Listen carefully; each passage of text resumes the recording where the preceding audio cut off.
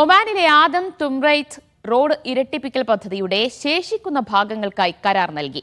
7 കോടി റിയാൽ ചെലവിൽ 3-ാം ഭാഗമാണ് ആദ്യം നിർമ്മിക്കുക. ഖരീഫ് സീസണിൽ ധാരാളം വിനോദസഞ്ചാരികൾ ഉപയോഗിക്കുന്ന പ്രധാന റോഡ് കൂടിയാണിത്.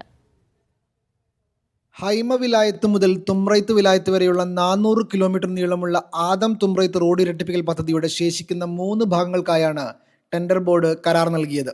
7,31,555 ഒമാൻ റിയാൽ ചെലവിലാണ് 3-ാം ഭാഗം നിർമ്മിക്കുന്നത്.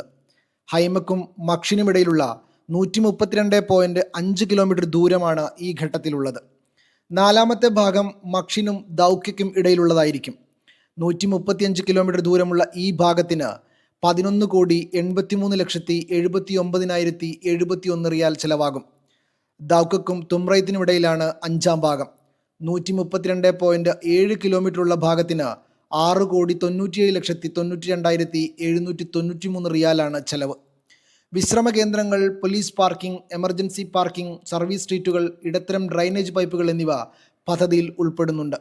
കരാർ ഒപ്പിട്ടതിനു ശേഷം ഓരോ ഭാഗത്തിനും 36 മാസമാണ് സമയപരിധി.